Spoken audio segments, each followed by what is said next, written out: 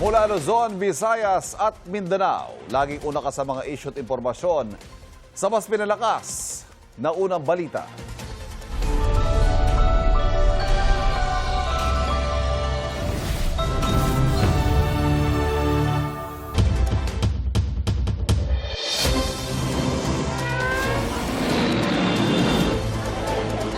Sa ngayon po ay Pinsala. Ito na ang mga unang balita. Nagbuga ng abo ang Bulkang Kanloon sa Negros Island bago mag-alas 6 ng umaga kanina. Ayon sa PHIVOLCS, sumabot sa 200 metro ang taas ng ibinugang plume o usok. Papuntang silangan ang direksyon ng usok at abo. Nananatili sa Alert Level 2 ang Bulkang Kanloon. Bawal pumasok sa itinakdang 4-kilometer radius permanent danger zone sa paligid ng bulkan.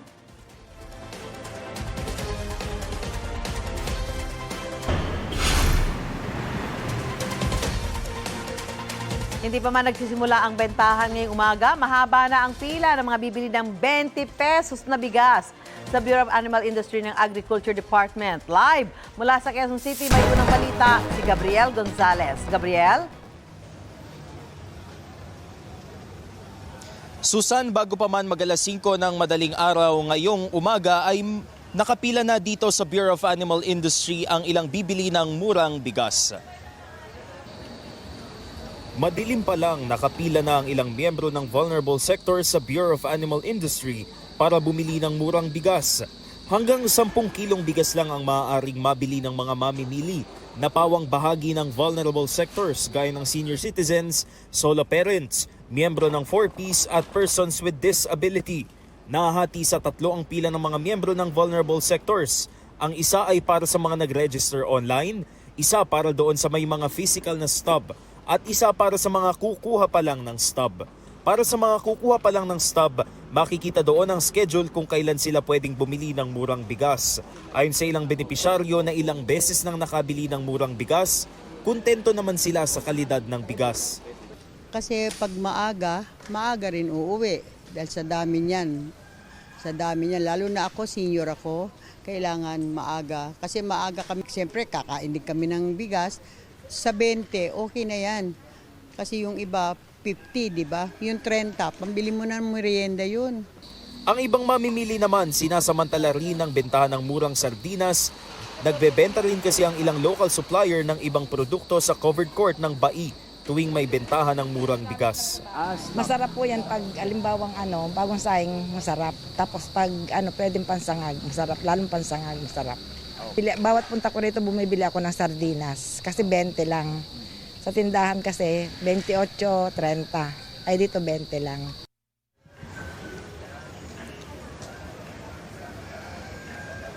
Susan, kung inyong makikita ay nagsisimula na yung bentahan ng murang bigas dito. Mabilis lang din yung proseso ng pagbili ng mga residente dito ng murang bigas. Pipila muna sila doon sa mga upuan at saka magbabayad doon sa cashier dito sa aking likuran ng hanggang 200 pesos kasi 20 pesos yung kada kilo ng bigas at hanggang 10 kilo lang. So 200 pesos yung ibinabayad nila dito sa cashier. Pagkatapos ay pupunta naman sila dito sa may table sa aking kanan para kunin na yung binili nilang bigas.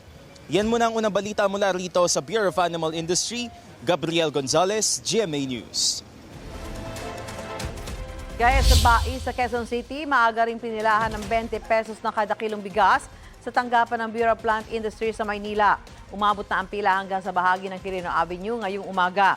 Karamihan sa mga pumila ay mga senior citizen na alas 2 ng madaling araw pa raw naroon. Mahigit 100 sa kanila ang inabutan ng cut-off ng Huwebes, kaya pinabalik ngayong araw. Maaga naman silang pinapasok sa tanggapan at sinimulan na rin ang proseso para sa bentahan ng bigas. Maaari makabili ng hanggang 10 kilo ng bigas ang kada benepisyaryo.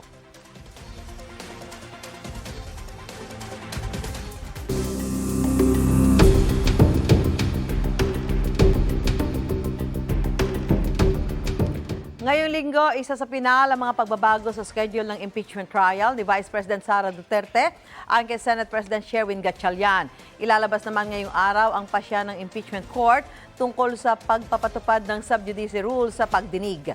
May unang balita si Sandra Aguinaldo. Matapos makansela ang 2 araw ng impeachment trial dahil sa masamang panahon, magpapatuloy ang pagdinig ni Vice President Sara Duterte.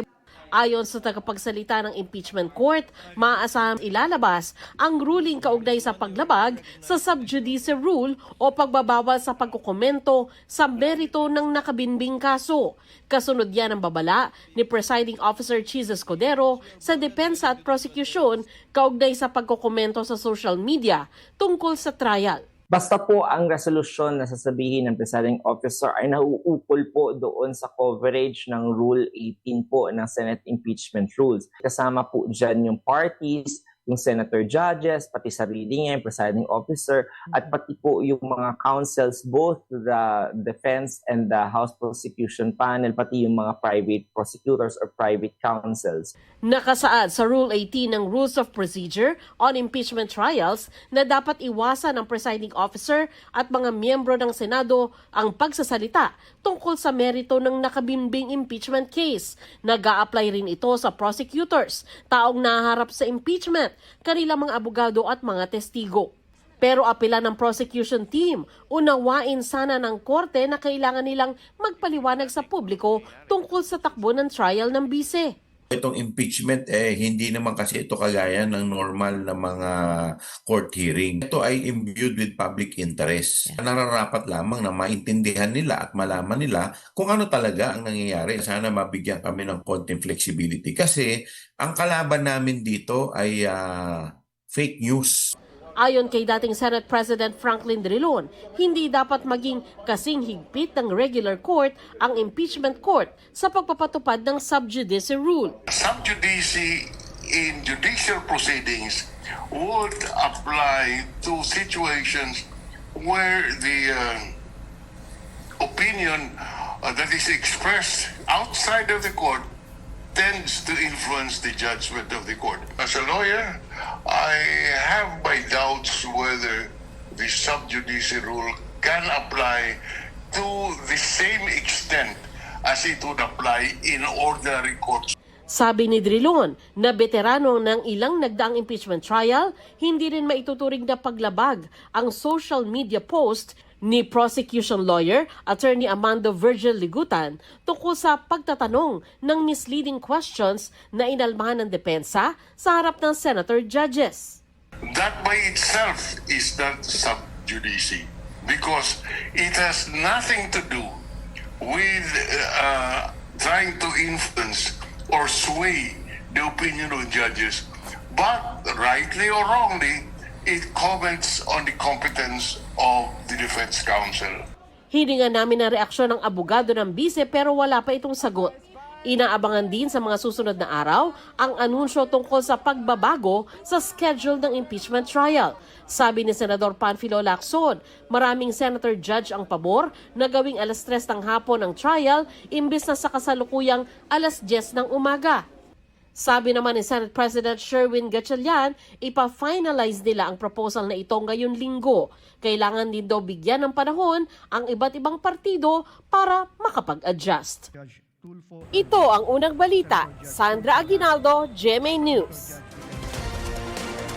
Paalala ng mga doktor, hindi kailangang may malaking sugat para makapasok sa katawan ang bakterya na nagdudulot ng leptospirosis. Kaya payo nila sa mga lumusong sa baha, magpakonsulta agad para mabigyan ng gamot. May paalala rin ng mga doktor sa tamang pag-inom ng gamot na doxycycline. May unang balita si Jamie Santos.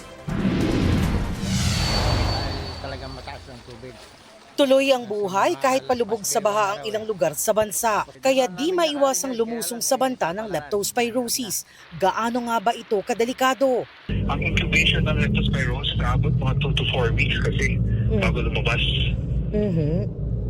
So kung hindi siya maagapan, hindi siya mabigyan ng prophylaxis o yung gamot na mag-prevent na mag-infect sa katawan, pwede pumunta dun sa dreaded complication ng kidney failure. Hindi rin kailangang may malaking sugat para makapasok sa katawan ng bakterya na nagdudulot ng leptospirosis. Any small break sa skin, any small na sugat sa skin, pwede pumasok ang leptospirosis. Problema kasi, hindi niyo makita yung mga maliit na sugat sa balat. So posible pumasok pa rin siya basta ma-expose kayo. Kaya kung hindi maiiwasang lumusong sa baha, mahalagang mag-ingat at gumamit ng sapat na proteksyon. Kaya pinakamainam pa rin ang pag-iwas sa baha. Kung napilitang lumusong, magpakonsulta sa doktor para malaman kung kailangan ng prophylaxis o gamot para makatulong na maiwasan ng infection. Kasabay nito, paalala ng mga doktor, hindi dapat basta-basta iniinom ang doxycycline. Kung may bukas na sugat o nakalunok ng tubig baha, maaring kailanganin ng ibang gamutan kaya dapat munang magpakonsulta sa doktor. Bawal ang doxycycline sa mga buntis o posibleng buntis. Hindi rin ito dapat ibigay sa mga bata nang walang payo ng pediatrician. Maari rin itong magdulot ng matinding acid reflux at heartburn, kaya hindi dapat agad humiga matapos uminom. Dapat ding maglaan ng 2 oras na pagitan sa pag-inom ng doxycycline at pagkain o pag-inom ng gatas at iba pang dairy products. Posible rin itong magdulot ng yeast infection sa mga babae na maaaring magdulot ng pangangati o iritasyon. Ito ang unang balita. Jamie Santos, GMA News. Naantig ang mga netizens sa birthday effort ng isang bata sa Iloilo. May unexpected customer ang isang flower shop sa estansya. Isang estudyante na naghahanap ng panregalong bulaklak. Nang tanungin kung para kanino, para kay mama raw na nagdiriwang ng kaarawan. Ang budget niya 70 pesos na pinagbigyan naman ng tindahan. Tinumbasan niya ng isang assorted flower bouquet na maingat na inuwi ng bata. Showered with love din ang isang tatay na birthday celebrant sa Lucban, Quezon. Ang kanya naman, prank style. Hindi may kakailang may tampo si Tatay Rudy na ama ni Yus Cooper Hina Hugo. Wala nang araw ganap sa kanyang birthday dahil sabay sa death anniversary ng isa niyang anak, nautusan pa siyang ayusin ng isang sirang payong. Ang hindi niya alam, nasa payong pala ang sorpresa. Nasa loob nito ang cash gift mula sa kanyang anak. Kaya naman abutenga ang ngiti ni Tatay Rudy nang buksan ang payong.